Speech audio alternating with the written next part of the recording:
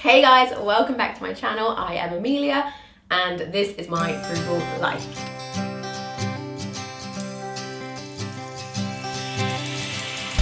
For any of you that are new here, I started this channel back in 2022 and I've not been able to put out many videos over the last few months because I am currently 30-ish, around the 30 weeks pregnant mark. I'll put some links in the video down below of what my history of pregnancy and this pregnancy is like, and if you're interested, you don't have to watch them, it doesn't matter.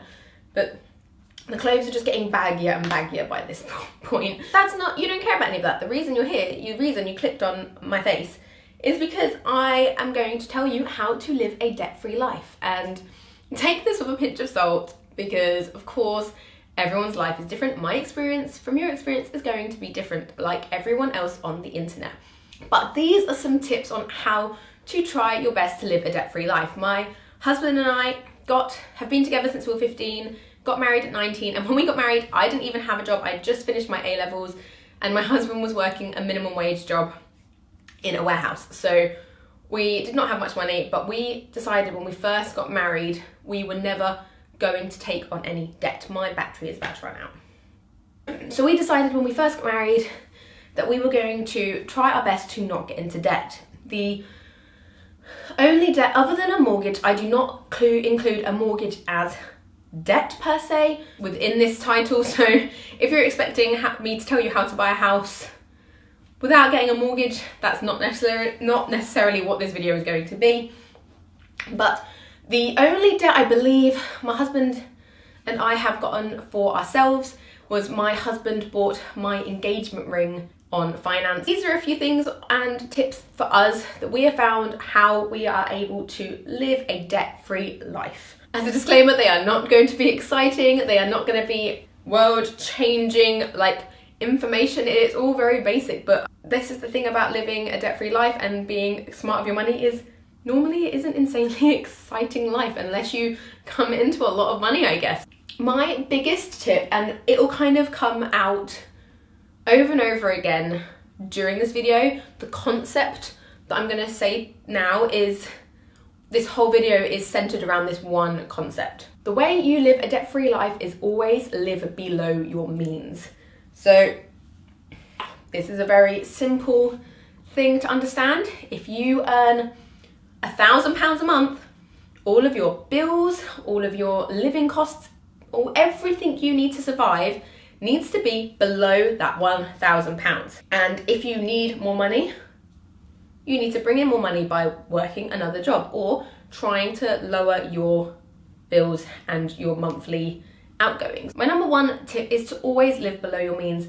The way we do this is we go through all of the things that we have to spend money on each month. So for us, it's our mortgage, our bills like gas and electric and water. These are necessities, as well as food costs, insurances.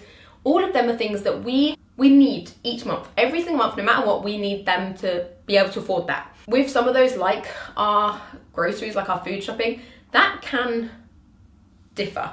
Like you can potentially save money on your finances. I'll have videos linked below if you would like some information on that. If you are doing your budget and you realize that you are bringing in £1,500, but your budget is saying you need £2,000 a month, then you have a couple of options. You look through your budget and see where you can cut costs. Like if you are currently driving to work and you are able to bike or walk or take public transport and you're able to save the money from that fuel, then you do that. But if you are going out for dinner or getting takeaways and spending £100 a month on that, you can't do that anymore. If your phone bill is £80 a month, which some people's are, and this blows my mind, you go buy a secondhand phone and then you get a £5 or £10 a month contract, which is what we do. We have phones. My phone is, I think, 3 years old, that I bought secondhand, and I bought that for cash and then spend £10 a month on my phone contract. You look at things and go, rather than things you want, you go, what do I absolutely need? And you know what? Most of the time, things that you think are needs are not needs at all. So one thing we currently spend money on is a TV license, which is about £15 a month. And if you watch live TV, if you watch BBC iPlayer, even if it's not live, you need a TV license. We could very easily choose to stop watching TV live and or watching iPlayer, and that we could save ourselves £15 a month, which for the longest period of time in our marriage, we did do that.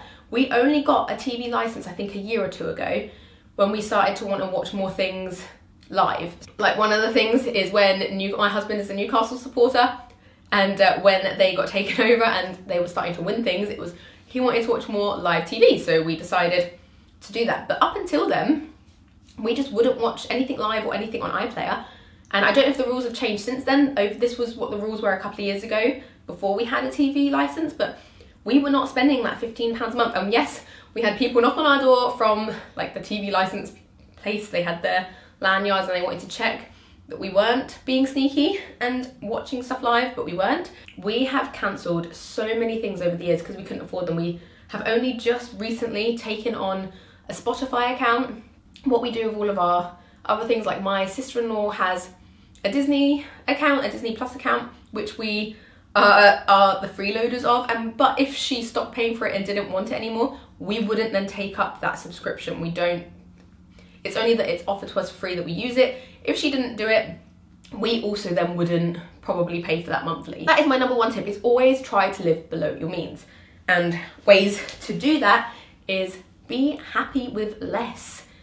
It is really hard in today's world to be happy with less, because you are always comparing yourself and looking at what you should have and what is expected of you at certain ages, or you're looking at people that are older than you and what they have. And my husband and I get mocked quite a lot for being boring.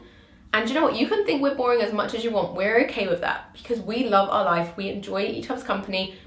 We currently don't feel like we need to go on a couple of holidays a year. We are very content with our lives. The reason we are happy with less is because one thing we've tried to avoid doing since we got married, not always, it's very hard to do this, and I'm not saying it's an easy thing to do, but we do our best to not compare ourselves to the Joneses or keeping up with the Joneses. If we are on social media, we try not to follow people that make us feel like we want more than what we think we need. Here's a truth bomb for you.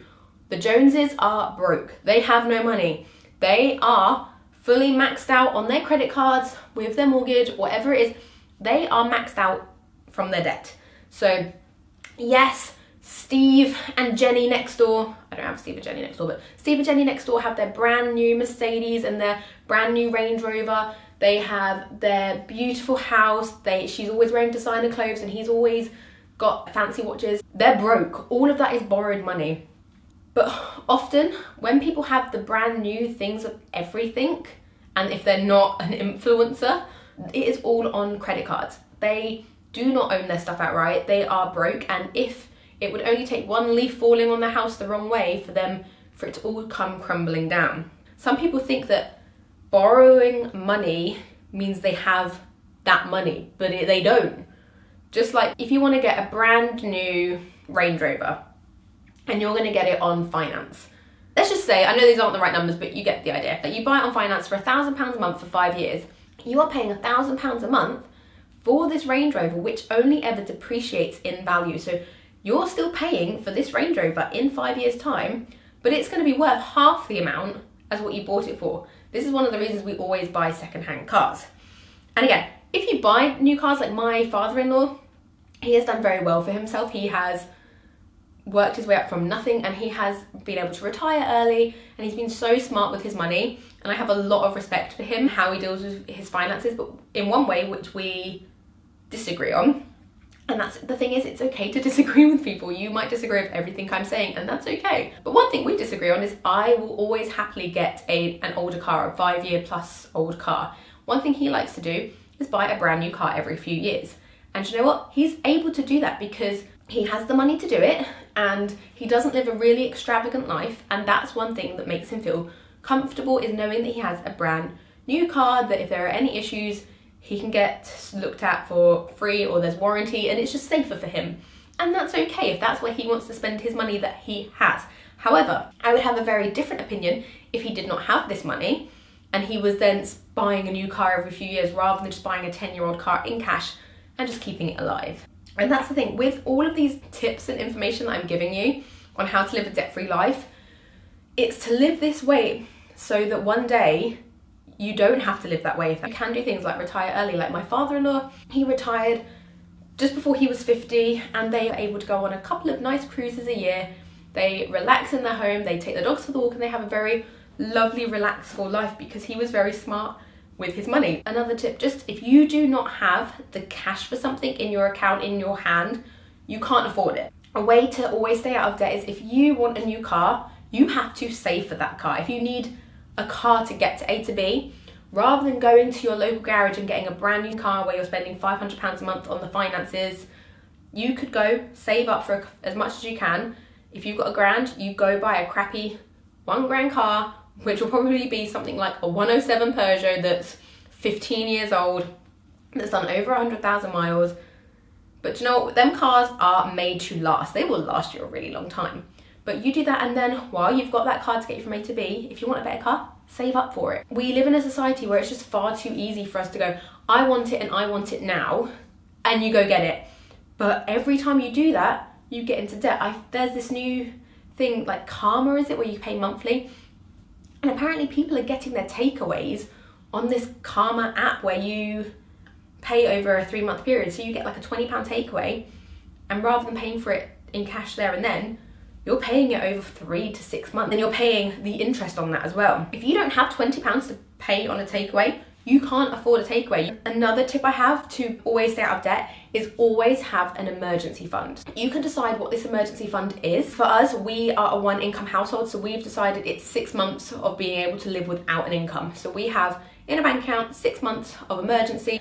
Let's say my husband loses his job and I'm obviously not currently working, then we know that for them 6 months we can get by without him working. If all things go badly, we know we have this pot of money to protect us from going into debt. And again, everyone's life is going to be different. If you have a sinking fund for your car to make sure if that breaks down, you've got some money to fix it if and when that happens, because your car is going to break down at some point. Something is going to go wrong. You know it needs an MOT and service every single year.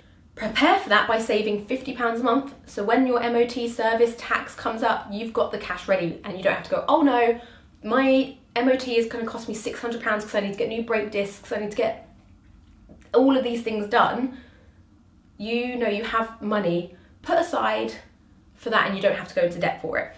So you've got sinking funds and then you've got your emergency funds. If we need to redo the roof, if the roof is leaking, we need to get it done, which did happen a year and a half ago. We had a bit of a leak, we had to get it fixed, it was about £2,000. It just came out of the emergency fund, and then once we've had that come out of the emergency fund, all of our financial other goals stop for the time being while we build our emergency fund back up to the amount we need it to be. These are real basic tips, but they do make a huge difference on how to stay debt-free.